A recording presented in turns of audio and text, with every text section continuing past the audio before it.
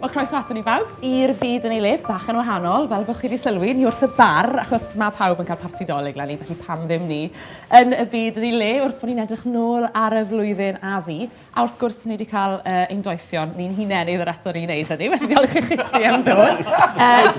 Doethyn rhif 1, fi'n siŵr bod ni gyd yn gyfarwydd â Richard Wyn Jones o Ganolfan Llywodraethiant Cymru, sydd wedi bod yn dod â'i air i'r gyfres gydol y flwyddyn, chwarae teg i Richard. Cawslyd iawn, os gyda. Wel, mae'n ddolyg, mae'n arall yn disgwyl. A mae'n mynd i fynd yn wath, achos doethyn rhif 2, Tom Gifford, aelod Ceidwadol Senedd Cymru, sydd wedi teithio tiroedd digon heriol wrth ddilyn y seren ato ni fan hyn heddi, yng nghanol stormydd y Ceidwadwyr. Andro ti Davies yn y seren, ie? Gawn ni ddawel mwy ar hynny yn maes o law.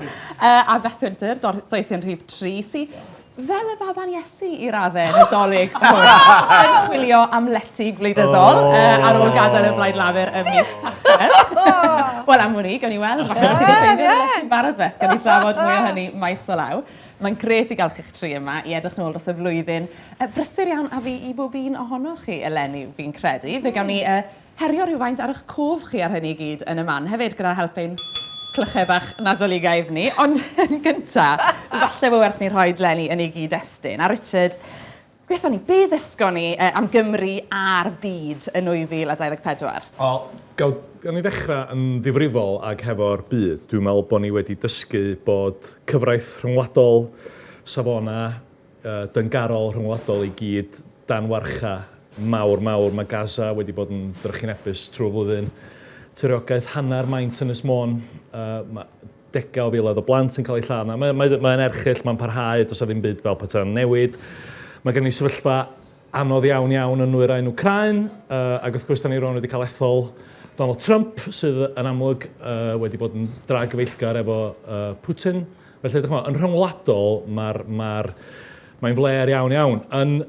Yng Nghymru, un o'r pethau dwi'n meddwl bod ni wedi dysgu ydy falle fod y blaid lafur y grym gwleidyddol mwyaf rhyfeddol yn y byd democrataidd mewn traffarth, achos maen nhw wedi cael ddar nhw ennill retholiad cyffredinol yn hawdd iawn yng Nghymru o ran seddau, ond da ni rwan yn gweld sefyllfa'r ddiwedd y flwyddyn lle mae llafur wedi llithro y tu ôl i blaid Cymru yn yr arolygon barn ar gyfer y Senedd a reform yn perfformio bron cystal o lafur. Felly, da ni wedi arfer siarad am lafur yn dominyddu Cymru am ganrif, a maen nhw wedi, ond oes na wynt o'r dwyrain fel petai yn fyna, a oes na newid yn yr arfaeth. Digon i ni drafod dros y munudau nesaf sicr, ond chi'ch doi, yn ddoi chi wedi bod yng nghanol y storm wleidyddol mewn ffyrdd gwahanol eleni. Beth, ddechrau gyda ti, achos nes ti dreulio hanner cynta'r flwyddyn yn aelod seneddol yn San Steffan i lafur erbyn hyn, fel ni'n sôn, ti'n awd i gadael y blaid lafur yn gyfan gwbl. Nawr, beth oedd digwyddiad gwleidyddol y flwyddyn i ti eleni? Beth sy'n sefyll mas? O'n credu'r etholiad cyffredinol. Oedd pawb mae'n cael gwared o'r twriaid ar ôl 4 blwyddyn ar 10 o llyfnder. Tom, falle, i fod yn teg iddo fe. Wel, ie. Oedd pawb mae'n cael gwared o'r twriaid, ond yn anffodus i fi, dyw'r blaid lafur ddim yn blaid sosialaidd nawr, a mae'r polisïau maen nhw wedi bod yn dilyn ers iddyn nhw cael ei ethol ddim yn cael gwared ar tlodi, ddim yn cael gwared ar llyfnder, ac fel dwedais ti wedi gadael y blaid nawr, mae teimlad o'r ryddhad y fi.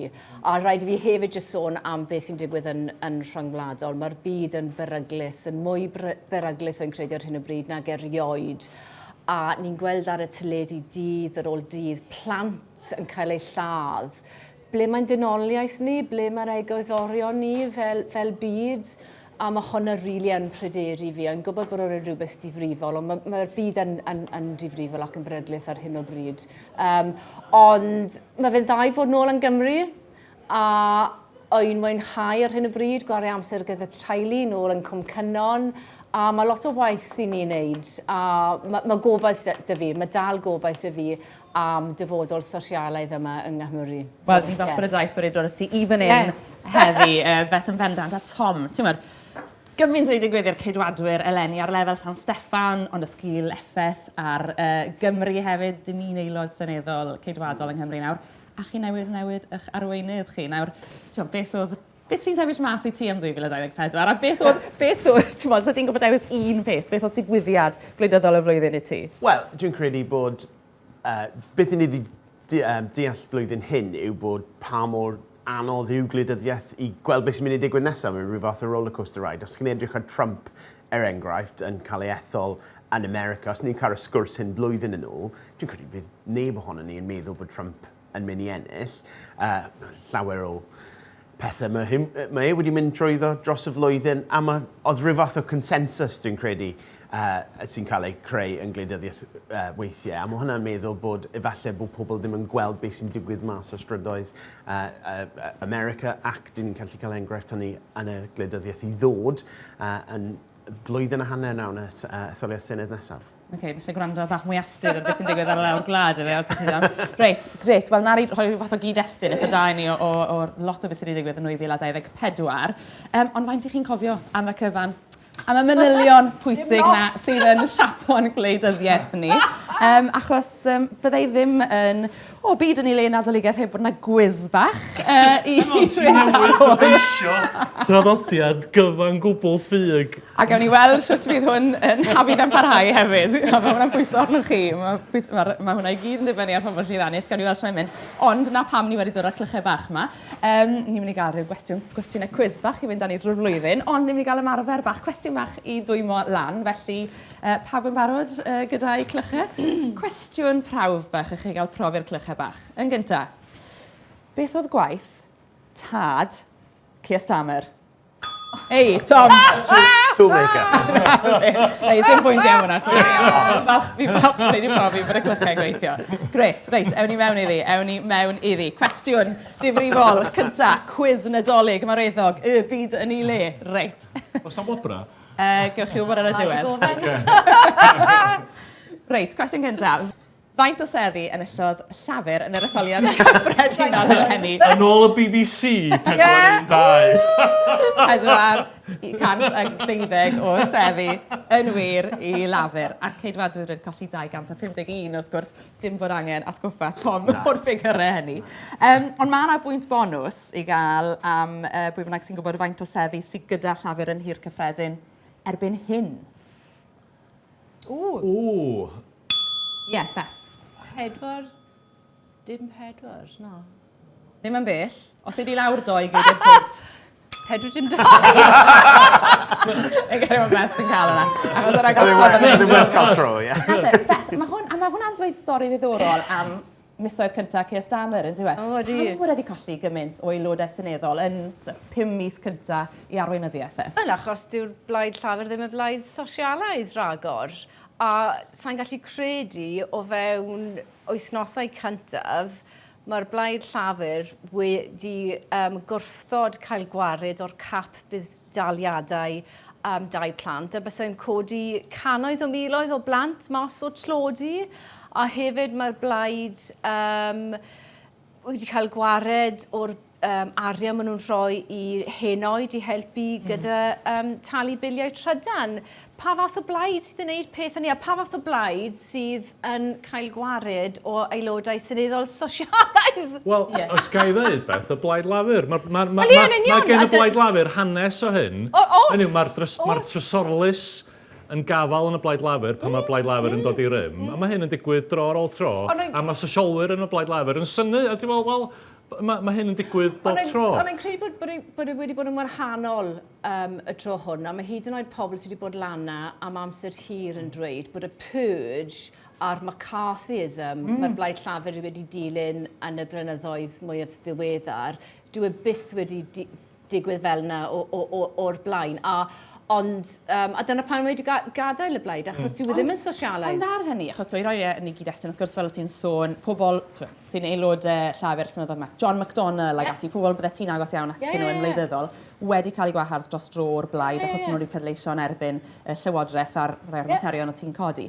Ond Beth, nes ti drio mor galed i gael sefyll dros y blaid lafur dan Keir Starmer ym mis Gorffennaf eleni yn Merthyr ag Aberdâr. Ac eto, ti'n mynd y reality, bydde ti siŵr fod wedi dy wahardd o'r blaid erbyn hyn yn San Steffan. Wyt ti wedi gadael y blaid, so pam nes ti drio mor galed?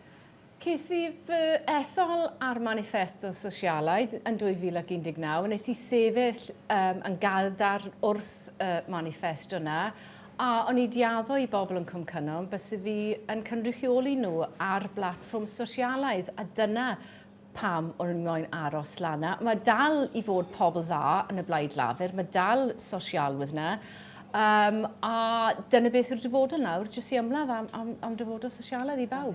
Enillodd llafur 27 o'i seddi, wrth gwrs, yng Nghymru. Sim gwobre am weid faint o seddi gath y ceidwadwyr yng Nghymru. Ond beth oedd canran y bleidlais i lafur yng Nghymru yn yr etholiad cyffredinol? Ti yn cael ateb hwn? 32-33%? No. Llai 27? 37 a hanner. A rhaid ti, os da i'n cael y pwynt o'n i fwy ti'n... 37 a hanner, 37 Ie, 37 y cant. A wedyn, wrth gwrs, oedd o'n rhyw dreian oedd o drwy Brydain yn A, trwy Brydain, right. Felly, 37 y cant o'r bleidlais i lafur yng Nghymru, lawr 3.9 y cant ar 2019. Richard, llwyddiant enfawr o ran seddi, 27 o seddi, a wedi adfer i sefyllfa a'i llwyddiant nhw yng Nghymru ar ôl 2019, pan wrth gwrs gath y ceidwadwyr 14 o seddi. Ond pam bod y gyfran na yn dweud stori eitha gwahanol i nifer y seddi? Beth sy'n mynd lan? Wel ia, 84% o'r sedda yng Nghymru a'r 37 yn fras y cant o'r bleidlais yn deud lot am y system bleidleisio sy'n cael ei ddefnyddio ar gyfer San Steffan.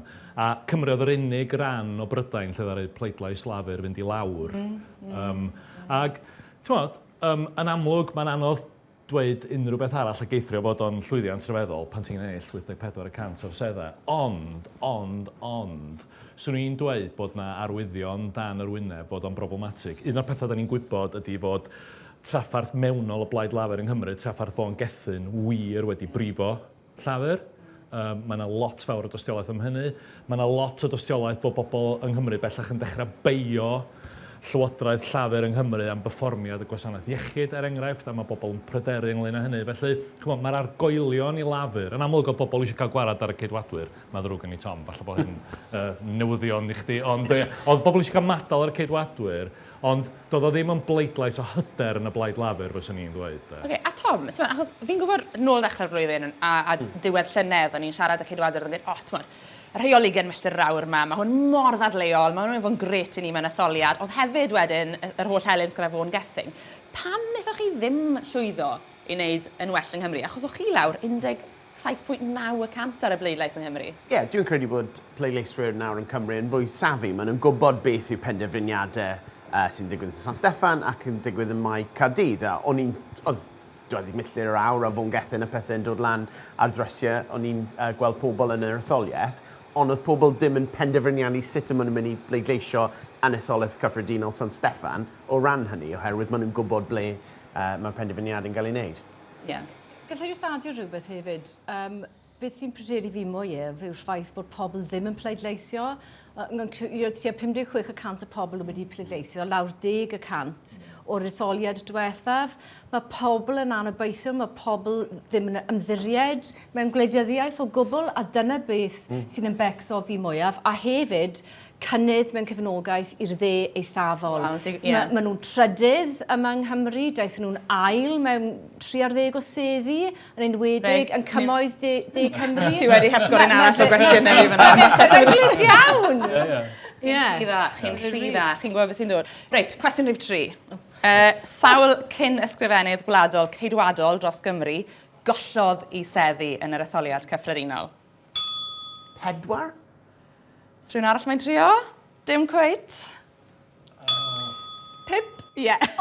5. 4 yng Nghymru. 4 yng Nghymru fel mae'n digwydd. Ond gewch chi bwynt bonus os gallwch chi enwi nhw. Robert Buckland, David T.C, Stephen Crabb, Alan Keynes. Pwy yw'r un arall? Pwy yw'r un arall? Simon Hart. Na wyt ti wedi cofio Simon Hart. Ond gewch chi bwynt bonus arall os allwch chi enwi'r ddoi nath gamu lawr yn yr etholiad diwetha. Achos oedd na ddoi arall, nath ddim colli seddi, ond nath nhw gamu lawr. David Jones. Ie. Oedd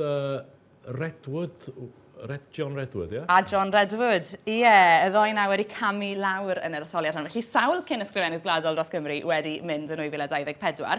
Tom, pwy oedd y golled mwyaf? Hwna'n gwestiwn da iawn. Os mae Beth yn dweud bod y cwestiwn yn Andy, dyn ni'n gwybod bod problem. Wel, dwi'n gweithio nawr gyda David TC. Felly, mae rhaid fi ddweud David TC Davies. A mae hwnna'n newid byd aruthrol i David TC Davies. Dwi'n mynd o swyddfa Cymru nôl ym mis Gorffennaf, a nawr mae e'n bennaeth staff annoch chi yma i Caerdydd wedi benodi gyda'r, y newid mawr yma gyda Darren Miller. Beth mae pennaeth staff yn neud yn union? A faint o ddylanwad sydd gan TC arnoch chi nawr? Wel, lot o fawr yn ôl data. Swn i'n dweud, chydig ofn. I ddweud y gwir, a dwi wedi dweud hwn i David, o'n i ddim yn siŵr sut oedd yn mynd i copa gyda awyrgell newydd. Mae'n newid fel chi'n dweud, ond i roi credit iddo fe, mae wedi gwneud dechrau eitha dda. Mae'n llwyth o syniadau gyda fe am ffordd mae'n moyn dod ar blaid. A dwi'n edrych ymlaen iddo fe. Mae'n rhyw fath o ideas man yw, David. Oce, a beth yw'r syniadau hynny? Mae'n gwestiwn mawr i chi fel ceidwadwyr, ble chi'n mynd nawr? Fel ife, taclo reform ar dir mwy asgell ddewe, neu mynd, beth bydd y cyfeiriad dan syniadau ac arweinyddiaeth TC fel pennaeth staff chi? Wel, dwi'n credu bod Darren Miller wedi bod yn clir bod ni'n moyn dim just ennill bleidleisio oddi wrth reform, ond ni'n golli bleidleisio i'r Democratwyr Rhyfyddol, i lafur ac i Blaid Cymru hefyd. A bod ni'n cael offer go iawn i ennill pobl nôl y modd ffordd. Ond beth bwysig yw bod ni'n cael cynllun nawr. Beth yw'r cynllun ni i datblygu beth ni'n moyn wneud yn Llywodraeth Nesaf Cymru? Beth ni'n sefyll am neu just yn erbyn? Reit, a di hwnna'n mynd i fod strategaeth sy'n gweithio, Richard, yn ôl data chi o'r am... Nes i weld rhywbeth yn y papur wrth yma lle oedd Darren Miller yn dweud bod o'n mynd i fod yn brif weinidog nesa Cymru. Mae hynny yn optimistig iawn. Maen nhw'n bedwerydd yn yr arolygon barn yng Nghymru. Y peryg ydy bod nhw'n mynd i gwympo llawer iawn ymhellach yn yr etholiad yn 2026. A hefyd, mae yna gwestiynau, chymod, mae yna gwestiynau, nid yn unig ynglyn â cynnig polisi, ond mae yna gwestiynau yn codi yn y Blaid Geidwadol drosodd athro beth yw hagwedd nhw a ddatganoli. Mae yna bobl fel Callum Davies sydd wedi bod ar y rhaglen efo ni, sydd isio'r Blaid Geidwadol droi i fewn i grym gwrth ddatganoli, sy'n codi cwestiynau, nid yn unig i'r Blaid yng Nghymru, ond ar draws Prydain. Ydyn nhw'n mynd i droi fewn i plaid gwrth ddatganoli yn yr Alban? Lle maen nhw'n mynd o safbwynt y cyfansoddiad tiriogaethol, os lyciwch chi? Ble chi'n mynd ar hwnna? Wel, dwi'n neb yn blaid ni yn trafod hyn yn y Senedd. Mae hwnna'n glir bod bob ymgeisydd yn mynd i sefyll ar platform bydd yn pro-datganoli yn Cymru. Mae hwnna'n peth da, oherwydd beth ni'n moyn nawr gweld yw Blaid Geidwadol yn y Llywodraeth Nesaf, yn arwain y Llywodraeth Nesaf efallai, ac yn sefyll lan yn Cymru ac yn sefyll lan yn datganoli hefyd. Felly dyw cwestiwn o datganoli ddim yn mynd i fod ar yr agenda o gwbl. Bydd angen i Andrew Arty Davies stopo trydar lluniau yn gofyn y cwestiwn am ddyfodol datganoli. Bydd angen i bobl Joel James stopo gwenu ar y cwestiynau hynny. Mae rhaid iddo fe mynd nôl i'w focs nawr, os ydych chi ddim yn mynd i fod yn trafod hynny. Wych. Oce. Cwestiwn 4. Nawr, gaethon ni'r ateb i beth oedd fod yn gwestiwn 4 gan Beth Gynnau ynglyn â faint o seddi ddath reform yn ail yn ddynw yng Nghymru, sef 13. O ti o flaen y gad fyna. Ond, o'n i'n mynd i gynnig pwyntiau bonus i chi, so chi'n gallu enwi yr etholaethau hynny. Felly gewch chi bwynt yr un, os gallwch chi enwi rhai o'r etholaethau lle ddaethon nhw yn ail. Reit. Llanelli, yn wir. Yn bron wedi ennill Llanelli. Llanelli, o fewn 1,500 o bleidleisiau i lafur fyna ar agosau Nghymru. Rhywun lle mae ddim un arall? Torfaen. Aberdâr? Ie, yn y sedd di, y sedd o ti o fewn 8,000 o bleidleisiau yn fyna. Beth ar nhw'n gwneud y Merthyr? Aberdâr y Merthyr, ie. Ie, Aberdâr y Merthyr, oce. Pen y bont o ddyn? Pen y bont, ie. Pa ryn dar nhw ddim sefyll ymgeisydd? Bys nhw wedi ennill yna? Blenig Gwent. Ti'n meddwl? Ydw. Waw, ennill? Bys nhw wedi ennill e? Ie, mae hwnna'n... O hwnna'n sedd ddiddorol iawn, achos am resymau mewnol ddar nhw ddim sefyll ymgeisydd. A tas nhw wedi, wel, mae beth yn meddwl sy'n nhw wedi ennill, sydd yn... Bydde hwnna 'di bod yn rhyfeddol, Ond maen nhw so hefyd digwydd. wedi bod yn agos iawn i'r ceidwadwyr fel yr ail blaid fwyaf o ran niferoedd y pleidleisio yng Nghymru. Felly oedd yn ganlyniad mor dda hynny, oedd yn fewn trwy chasgell gwybedyn i bod yr ail blaid fwyaf o ran y nifer y pleidleisio yng Nghymru. So oedd yn ganlyniad ysgubol iddyn nhw, de? Ysgubol iddyn nhw. Felly, wnaethon chi enwi Llanelli, Torfaen, Pen y Bont, Merthyr Tydfil ac Aberdâr. Hefyd yn y Rhondda, pwynt arall i beth yn fa. Castellnedd. Pontypridd. A gorllewin Dalwch swn, fi'n trio dalwch swn. Pontypridd, Castellnedd a Dwyrain Abertawe. Ie, ble arall gyda ni. Oedd hefyd, chi'n moyn fi roi'r gweddill i chi? Ie, gwan. Aberafan Maes Teg, Gorllewin Casnewydd ac Islwyn, Gorllewin Abertawe. Dwyrain Casnewydd, Castellnedd, Dwyrain Abertawe, Alun a Glaned Dyfrdwy a Maldwyn a Glyndŵr, wrth gwrs, lle oedd Oliver Lewis yn sefyll a fi oedd yr Cafodd ei Orllewin. lansiad yn Merthyr Tydfil. A gaethon nhw i lansiad, wrth gwrs, y Merthyr Tydfil. Ond pam de? Ei edrych ar Merthyr ag Aberdâr, lle o ti eisiau sefyll, wrth gwrs, Gerald Jones na'n sefyll. Reform di dod yn ail, gaethon nhw 8,300 o bleidleisiau. A 23.7% o'r gyfran o'r bleid. Beth yw apel? Reform y menseddi fel yna? Mae pobl yn edrych am rhywbeth, mae pobl yn edrych am gobaith. A yn anffodus, mae Nigel Farage yn chwarae ar anghenion pobl. A does dim plaid ar hyn o bryd, yn fy marn i, yn cynnig rhywbeth ar gobaith sosialaidd, yn fy marn i bobl. Felly, mae gwleidyddiaeth wedi gadael pobl lawr yng Nghymru fel dros y gwlad i gyd. Niw, dwi'n meddwl bod parch i beth. Dwi'n meddwl bod y bleidlais y reform yn arwydd bod bobl yn chwilio am ateb sosialaidd. Mae yna draddodiad yn y cymoedd o bleidlais wrth lafur. Os wil Mosley gael 10,000 o bleidleisiad fel The New Party yn Merthyr. Sorry, mae hyn yn... Os da ni'n mynd i gael cwis, os da ni'n mynd i gael... Gobeithio bod yna gwestiwn ynglyn â hyn. Yn dechrau'r 30au. Mae yna draddodiad o bobl yn chwilio am rym gwrth lafur yn y cymoedd. Mae hwnna'n newid o... Dydy llafur ar hyn o bryd ddim yn argyhoeddi. Doedd llafur ddim hyd yn oed wedi gweithio. Doedd ddim etholiad yn yr rhan fwyaf etholaethau yng Nghymru. Doedd ddim ymgyrchu yn yr rhan fwyaf etholaethau yng Nghymru yn ystod yr etholiad. Dyna'r ffaith amdani. Felly, dylen ni ddim synnu bod bobl yn chwilio am atebion. A mae yna ddadrithio mawr hefo'r broses wleidyddol, teimlo bod nhw gyd yr un peth, chwilio am atebion syml fel Brexit, atebion sydd yn anhygoel a naif, ond mae pobl isio rhywbeth. Gallai jyst dweud am reform yn gloi. Dwi'n credu bod pobl yn edrych am newid, a dyna'r reswm. Mae'n anodd i plaid fel ni bod yn newid, ni yn Llywodraeth San Steffan 6 mis yn ôl, yr un peth am plaid lafur nawr, maen nhw yn Llywodraeth yn San Steffan ac yn Mae Caerdydd.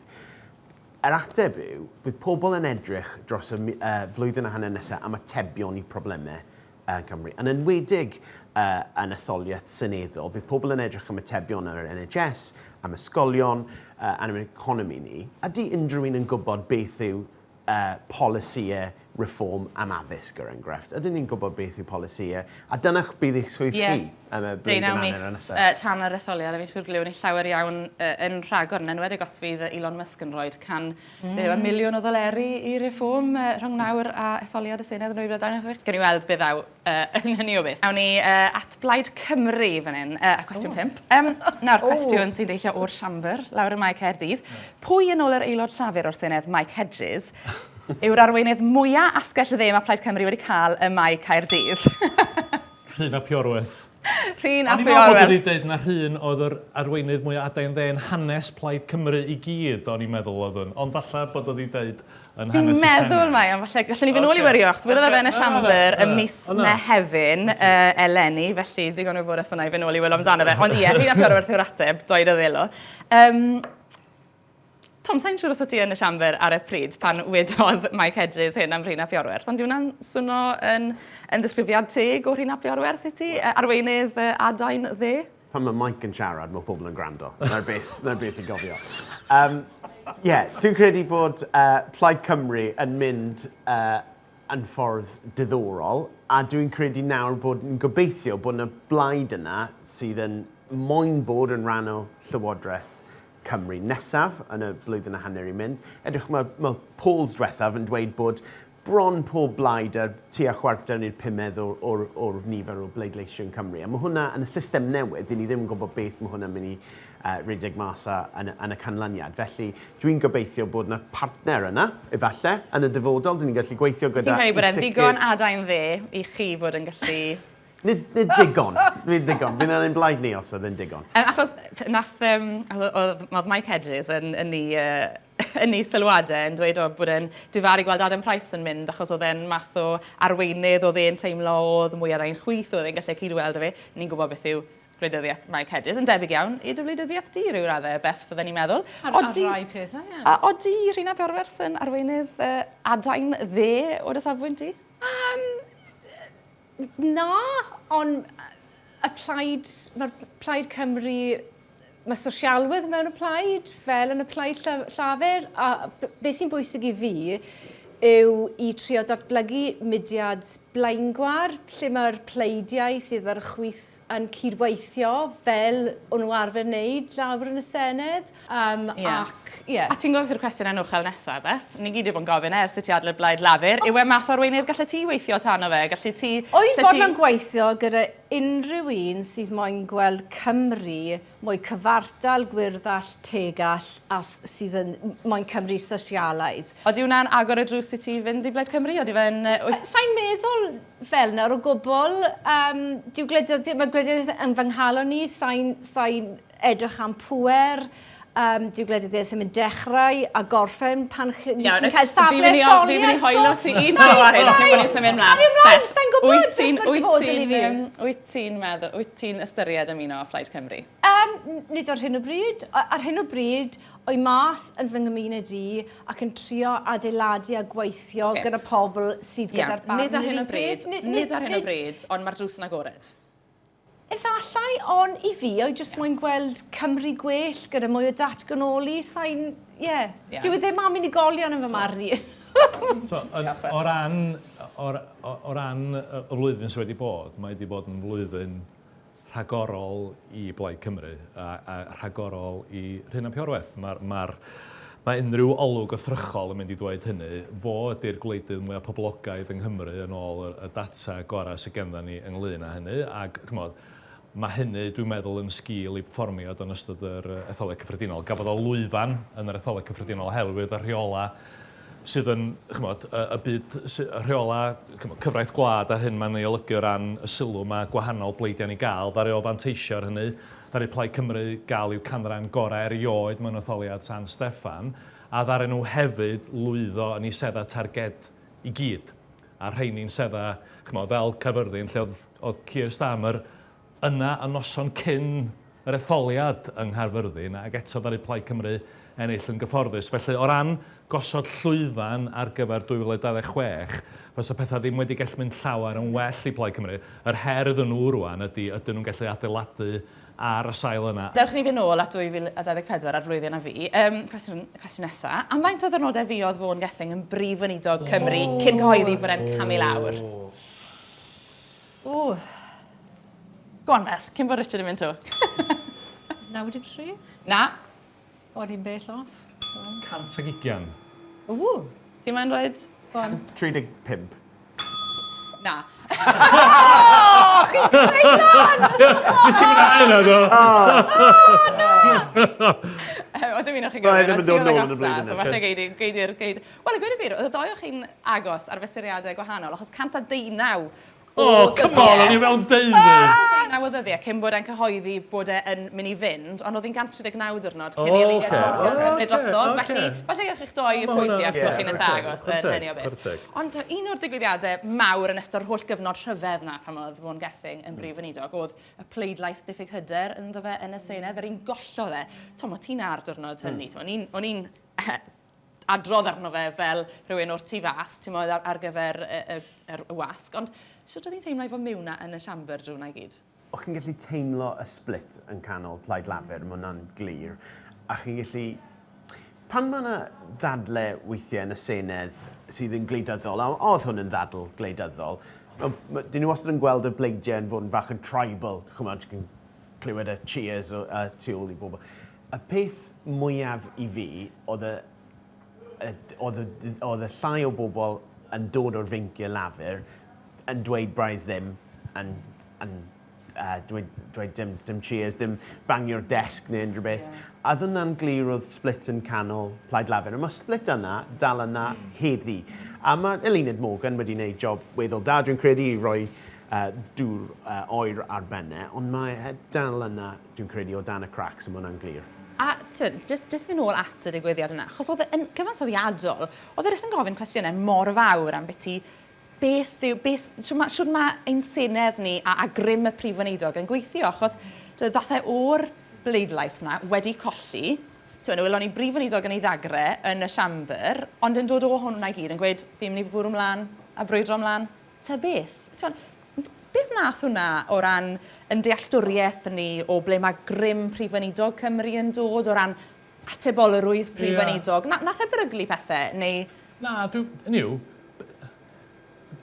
ar un ystyr, fyswn ni'n dadla fod yr hyn ddigwyddodd i Fôn Gethin wedi bod yn newyddion da iawn i ddatganoli, achos da ni wedi gweld arian yn tanseilio hygrededd gwleidyddiaeth yn San Steffan. Y dyn mae ddari ddeud pethau ofnadwy o hiliol ynglyn â Dian Abbott, ffiaidd o hiliol, yn rhoi swp mawr arian i'r Blaid Gydwadol. Blaid Gydwadol yn dweud, a non ni ddim siarad am y peth, a ddari pawb anghofio am y peth. Yng Nghymru, oedd na bobl yn fodlon, yn y Blaid Lafur, chwarae teg, mae'n fodlon dweud, di hwn ddim yn dderbyniol, a fe orfodwyd Fôn Gethin i fynd yn y pen draw, fod sefydliad y Blaid Lafur yn trio i gora glas i gadw yn ei lle.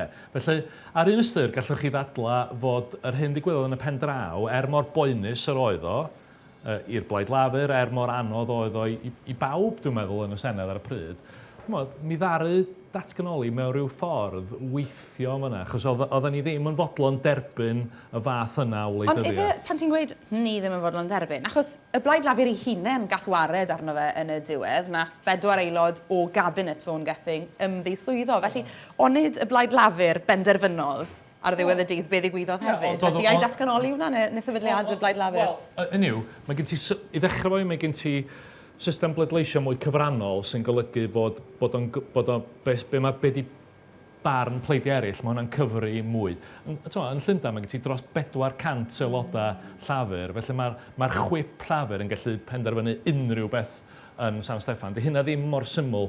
Mae aelodau mainc gefn unigol hefo mwy o rym yn Senedd Cymru na sy'n ganddyn nhw yn Llundain. A mi ddaru nhw chwarae teg y wasg wneud i'w gwaith, mi ddaru'r pleidiau eraill wneud i'w gwaith yn craffu ar be oedd Fôn Gethin wedi wneud. Ac oedd yna bobl yn y Blaid Lafur yn dweud mae yna bethau'n bwysicach na disgyblaeth fewnol y Blaid Lafur yn fan hyn. Mae yna egwyddorion yn y fantol, mae rhaid i ni sticio at y syniad yma o bod wleidyddiaeth Cymru yn wahanol, ac yn y pen draw oedd rhaid efo fynd. Fôn Gethin wedi mynd, dath Eluned Morgan mewn ar ei ole wedyn, prif weinidog, benywaidd, cynta Cymru, digon o ddathlu wedi bod ar hynny. Mae hi wedi gweud bod eisiau gwrando ar bobl ar gwlad, dilyn i'r blaenoriaethau nhw, na be nath hi dros yr haf, meddai hi. Dyw hi ddim yn ysbrydoli ti, fel, ti wedi gadael y Blaid Lafur yn ystod y cyfnod yna. Oedd hi harweiniad newydd hi, a'i egni newydd hi, a'i hymdrech hi drio symud y Blaid Lafur yn ei flan. Oedd hwnna ddim yn argyhoeddi ti? Pam nad ydyn ni wedi cael y 4 biliwn yn HS2? Pam nad ydyn ni wedi cael y 600,000 i ddiogelu'r tymenni glo? Pam nad ydyn ni'n gwrthwynebu beth mae San Steffan yn dweud ynglyn â cadw'r pŵer a'r arian lan yn San Steffan? Pam nad ydyn ni'n gofyn am tres cyfoes?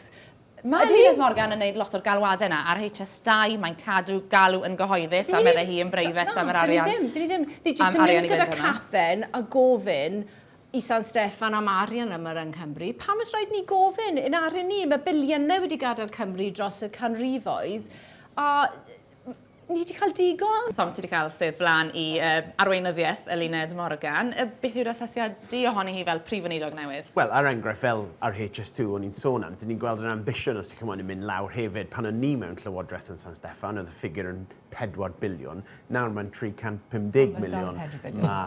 Mae Llywodraeth Cymru yn dweud. Beth ni wedi gweld o dan Eluned Morgan yw bod braidd ddim yn digwydd i fod yn onest. Dyn ni mewn rhyw fath o holding pattern nawr hyd at yr etholiaeth nesaf, herwydd mae'r Blaid Lafur yn split yn y canol. Mae Lynne Morgan, doedd hi ddim wedi disgwyl gorffan 2024 yn brif weinidog Cymru. Does gen i ddim... Dwi'n meddwl bod hi wedi disgwyl parhau yn y llywodraeth ar ôl 2026 a deud y gwir. Felly mae hi wedi syrthio fewn i'r rôl yma oherwydd yn y bond oedd na neb arall ar ôl. Oherwydd mae'r Blaid Lafur wedi cael blwyddyn mor drychinebus yn y Senedd. Fe esgymunwyd Jeremy Miles oherwydd bod wedi bod mor rhy a sefyll yn erbyn Fawn Gethin. Fawn Gethin wedyn yn baglu ac yn gorfod mynd, a mae'r blaid, fel mae Tom yn dweud, yn parhau yn ranedig iawn. Hi oedd yr unig un oedd yn gymeradwy gan bawb i gymryd yr awennau, ond da chi yn gweld bod na... Mae'n anodd iawn codi momentum pan da chi wedi etifeddu'r goron yn y ffordd yna. A felly, mi bydd y blwyddyn nesaf yn blwyddyn fawr iawn iddi. Ydy hi'n gallu creu rhyw fath o argraff o newid, rhyw fath o momentum newid. Oedd y busnes gwrando na ar bobl Cymru yn ystod yr ha, chydig bach yn embarast. Oedd pawb yn gwybod bod bobl yng Nghymru isio rhestr aros fod yn is, gwell safon. Oedd ddim angen ddi ista'r fainc yn Aberystwyth i glywed hynny. Y cwestiwn ydy, be maen nhw'n mynd i wneud flwyddyn nesaf? Cynulleidfa galed iawn i Eluned Morgan yn fan hyn. Gawn ni weld am ni gwrando ar hwn ac yn rhoi adborth. Reit, cwestiwn ôl ar cwis gan fod amser yn mynd yn drych rhwng ni. Nid dim ond Llafur sydd wedi gweld newid arweinydd y mae Caerdydd eleni wrth gwrs, achos dechrau Rhagfyr nath Andrew R.T. Davies gamu lawr. Hynny am yr eildro fel arweinydd y ceidwadwyr yn y Senedd. A hwnnw, erydd o fe wrth gwrs ennill pleidlais o hyder yn yr aelodau o drwch blewyn. Ond gyda pha fwyd brecwast, nath e gymharu i gynigion ei etholwyr. O, ni'n meddwl falle ti'n gwybod. Muesli a croissant. Na, fi'n credu mai wrthwynebwyr e gath i gael muesli a croissant. Full Welsh gyda black pudding. Dim byd sorry. Muesli oedd fi. Black pudding oedd e, Ie, black pudding a... Tom yn walk. Oeddech chdi'n deall bod Tom yn yr bobl walk? Bod ni yn Pont Cana, mae rhaid i fi cyfadde, dwi erioed wedi cael muesli yn fy mywyd. O, felly. Exclusive i Beth am croissant? Beth am croissant? Tom. Ie, dwi wedi cael. A ti'n meddwl, beth o'n i'n trio gweithio mas? Beth o'n i'n trio gweithio mas oedd pan wir oedd e, muesli and croissant just won't cut the mustard with the electric. Yw R.T. Davies. Beth oedd e'n golygu, Tom? Sa'n gwybod yr ateb fi. Cwestiwn nesaf, fi. Falle o'r cwestiwn mwy sylfaenol yn hyn yw, pam oedd rhaid iddo fe fynd? Pam oedd wedi cyrraedd y pwynt lle oedd rhaid iddo fe fynd bod chi moyn ei adael? Oedd e'n anodd iawn i bawb. Credu oedd pan ni'n sôn am Blaid Lafur, mae grwpiau yn Baen Caerdydd yn mor llai, mae'n anodd dweud bod bethau ddim yn personol. Pan ydych chi'n cael grŵp o 400 fel bod Blaid Lafur yn cael yn San Steffan. O'n i'n meddwl oedd yn amser i symud yn ffordd wahanol, ffordd dyn ni'n gweud wrth bobl beth dyn ni'n sefyll am, nid just dim ond yn erbyn, ac yn rhoi gynllun i bobl Cymru i ddweud, wel, os mae llywodraeth lle bod ni'n ran, lle bod ni'n arwain y llywodraeth nesaf yn Cymru, beth bydd hwnna'n edrych fel. Dyn ni'n gwybod bod pleidleisio'n agor, dyn ni'n gweld y polls, a mae credu bod cyfle nawr, os dyn ni'n cael datblygu cynllun dros y misoedd nesaf, bydd ni'n gobeithio gweld llywodraeth cyntaf ceidwadol yn Cymru. Okay. Pam ys di ddim am yr arweinyddiaeth? O'n i'n cefnogi Darren Miller, ond mae pobl wedi gofyn i fi wneud e, a o'n i'n meddwl amdano fe, o'n i ddweud y gwir, o'n i'n cytuno gyda cynllun Darren, yn credu oedd e'n bwysig bod ni fel blaid yn undebu ar ôl un ymgeisydd, credu oedd y broses yn mynd i cymryd tua mis Mawrth, a yn credu bod yn bwysig oedd Darren yn cael yr amser i just hit the ground running as he come on, a mae wedi wneud e. A dim achos bod ti'n ofni beth sy'n mynd i ddigwydd y blaid yn 2026 oedd e, dim bod ti'n fel, dyw pethau ddim yn edrych yn dda yn ôl arolwg barn Canolfan Llywodraethau Cymru, sai eisiau bod wrth y lliw. Na, ddim o gwbl. Dwi'n edrych ymlaen i 2026, dwi'n edrych ymlaen cael y neges mas amdano beth dwi'n mynd i wneud. Job yr dyfodol, falle, dim nawr. Wel, mae'n rhan o decontamination, right? Just ran chi, achos ti'n fan o dyfodaethau weithio o ran cyfansoddiad y ceidwadwyr yng Nghymru, mae wedi bod yn dyfodaeth yn yr Alban hefyd, a ddylech chi wahanu wrth y ceidwadwyr yn Lloegr. yw'r math o drafodaethau, achos fi'n credu gododd y peth yn eitha cynnar ar ôl i digryw di cael ei ethol yn 2021 yn y Senedd. Yw na drafodaeth sydd dal yn fyw o fewn y ceidwadwyr yng Nghymru? Na, dwi ddim. Dyn ni'n moyn bod yn rhan, dyn ni'n sefyll lan i'r undeb Prydain, a mae'n bwysig iawn, a mae'n canol i beth dyn ni'n treol wneud. Bydde fe ddim yn helpu chi i gallu gwahanu chi wrth popeth sydd wedi digwydd yn San Steffan? Dwi ddim yn credu bydd e, oherwydd pan mae pethau yn gweithio'n dda, dyn ni'n gweld beth sy'n gallu cael ei wneud gyda cael llywodraeth ceidwadol yn Bai Caerdydd ac yn gobeithio cael platfform wedyn i bod yn llywodraeth nesaf yn San Steffan, hefyd bod dangos enghraifft ni yn Bai Caerdydd i bobl dros y Prydain. Felly dim annibyniaeth y geidwadwyr Cymru yn eu cyfansoddiad nhw. Reit. Gymaint i drafod yn 2024, ond gobeithio bod nhw'n wedi llwyddo gwasgu rhywfaint ohono fe mewn i'r munudau, 10 munudau diwetha yma. Falle bod ein amser i ni gael canlyniad y cwis. Pwy sydd wedi mynd â hi? O, diolch yn fawr iawn. Wel, dyna fo. ni wedi cael yr sgôr. Sneb yn gallu amer hein achos ein criw cynhyrchu gwych ni sydd wedi bod yn cadw tabs ar bopeth. Felly, yn mynd ar drydydd wobr yng nghwis mawreddog y byd yn ei le 2024. Mae Beth gyda 4 o farciau. Ail. Mae Richard Wyn Jones gyda 5 bwyntiau. Ac yn ennill cwis y byd yn ei le 2024. Mae Tom gyda 6 o farciau. Flwyddyn anodd yma'n gorffen ar hau. Da iawn. Wel, dyna ni wedi rhoi bach o drefn ar 2024. I gloi, mae'n ymwneud edrych mlaen i 2025. Unrhyw addunedau blwyddyn newydd i gael i'ch doi? Beth, os rhywbeth y ti ar y gweill, neu rhyw adduned y ti 2025? Sawl prosiect, wedi dechrau, ond ar hyn o bryd yn gwario amser gyda teulu, gyda ffrindiau, o'n nôl i wneud gwaith gwirfoddol, a trio adeiladu mudiad blaengar sosialaidd, lle mae pobl yn cydweithio. Mae mwy mewn cyffredin dyn ni na sy'n rhannu ni, a just cario ymlaen, a ni angen wneud gwaith yn y cymoedd de. Mae gormod o bobl dal yn dioddef. So, just cael ymlaen fel dwi yn. Blwyddyn prysur i ddod. Tom, beth amdano ti? Rhywbeth ar y gweill, unrhyw addunedau y ti? Wel, mae partner Abigail a fi yn cael baban cynta ni yn mis Mai, felly fi'n credu bydd 2025 yn mwy a newid. Prysur hefyd dwi'n wedi cael ei roed. O, wel, fwy hwyl nhw i'r 25 i ti hefyd. A Richard, beth amdano ti? Heblaw am ddod nôl i'r byd yn ei le pan fydd y gyfres yn ôl ar Mae'n asian ti'n siarad o fod asian. Na, dwi'n mynd i bod yn trio sgwennu llyfr. Gwych. Llyfr arall, achos gaethon ni'n lyfr o'r wasg beth? Mae rhaid ti ddisgwyl i weld. A beth wyt ti'n meddwl fyddwn ni yn trafod? Os newch mae'n 2025 nawr, beth ti'n meddwl fyddwn ni'n trafod? Wel, un o pethau dwi yn o ddifri yn meddwl sy'n ddiddorol ydy Llywodraeth Starmer, achos dydy o ddim wedi bod yn gychwyn da i Lywodraeth Starmer. A falle dylen ni ddim synnu gormod, achos mae Llywodraethau newydd, a mae llawer allan o'r am gyfnod hirfaeth. Mae o'n anodd i unrhyw Lywodraeth newydd afal yn yr awena, ond hyd yn oed a bwrw bod hynny'n wir yn gyffredinol, dwi'n meddwl bod Llywodraeth Starmer y misoedd cyntaf wedi bod yn anodd iawn iddyn nhw, ac ydyn nhw'n gallu siapio neu ddim. Achos, ar hyn o bryd, dwi ddim yn gweld llawer o siap, a pan ti'n ystyried dim ond treian o'r etholwyr ddara'i bleidleisio drostyn nhw'n y lle cyntaf. Oni bai bod nhw'n siapio, mi alla fod yn anodd iawn iddyn nhw. A holl sgil-effaith hynny ar wleidyddiaeth Cymru yn y cyfamser. Fydd hi'n flwyddyn brysur arall, fi'n siŵr, yn 2025. Falle gawn ni ddod nôl i gael cwis arall amser i'r flwyddyn nesaf. Diolch yn fawr i chi'ch tri am ddod ato ni, a mae wedi bod yn gret a Nadolig llawen i fe. Nadolig llawen, blwyddyn newydd dda, allan gyfarchiadau ennill cwis cyntaf mae'r eiddo gobeithio ni le, Tom. Grêt.